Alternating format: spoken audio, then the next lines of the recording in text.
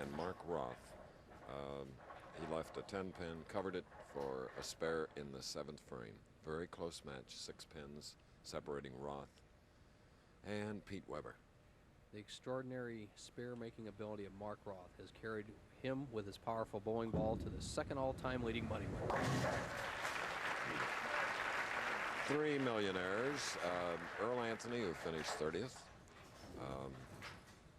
Marshall Holman, and of course, Mark. Every match comes to a psychological point, and this is it right here. If Pete Weber can get this strike, he'll have almost a commanding lead as we enter the 9th and 10th frames. Strike working could extend his lead to 16 with one more shot.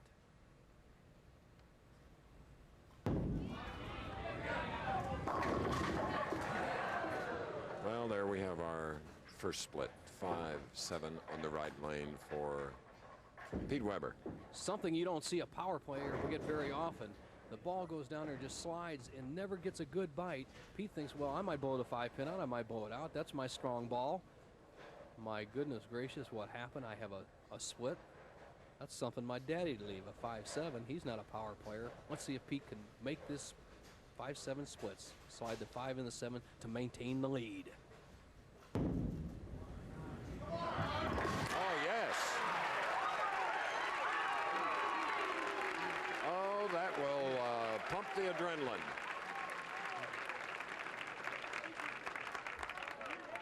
He drives the 5 over into the 7. He likes it, he likes it. Just touch it. Pete Weber made a move on the approach that was recommended, and I highly recommend, by one of the great bowlers, Mike McGrath, one of the PBA national champions. He says move 3 boards to the left on the approach from your strike standing position. You'll make the 5-7 or 5-10. He was correct.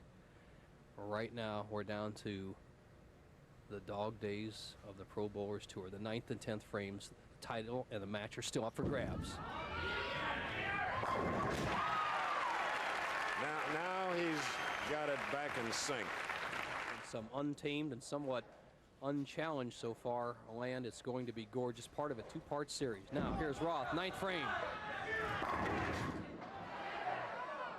Another 10-pin for Mark Roth. Spirit of Adventure, 5 Eastern. Here's Roth, another apparent strike hit. Doesn't get the required pin action. Come on, 10-pin. Roth will make this. He never misses the 10-pin, and right now he's still in the match with a conversion. Just covered the 10. So it's a spare in the 9th. Let's see how close it really was. Roth kills the ball. Obviously, that gives you a little more margin for error. 16-pound ball against a 3-pound, 8-ounce pin. No contest. Now, as Roth threw that spare shot 20 miles an hour, he has a chance to win the match. One of the great clutch players of all times, as evidenced by his 32 titles and the way he has won a lot of them in the 10th frame. He needs 2 strikes to take the lead.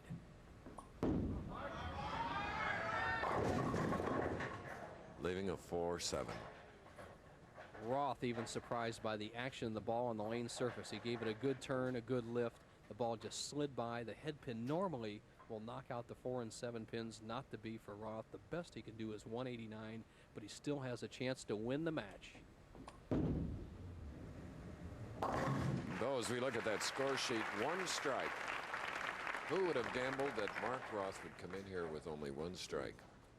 Not I, and he has kept a lot of balls around the pocket. Look at the 7th frame 10-pin, 8th frame 10-pin, 9th frame 10-pin, and a 4-7 in the 10th. With a good count here, he'll still force Pete Weber to fill either a spare or a strike in the 10th frame. Carry 1. And That's there's enough. a 2-5.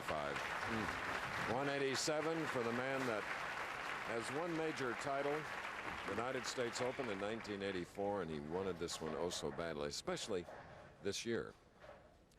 And it's not over yet.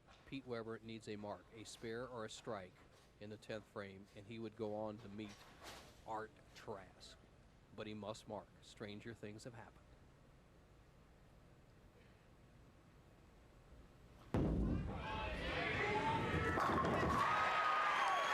The clincher for 24-year-old Pete Weber. Did you ever try to take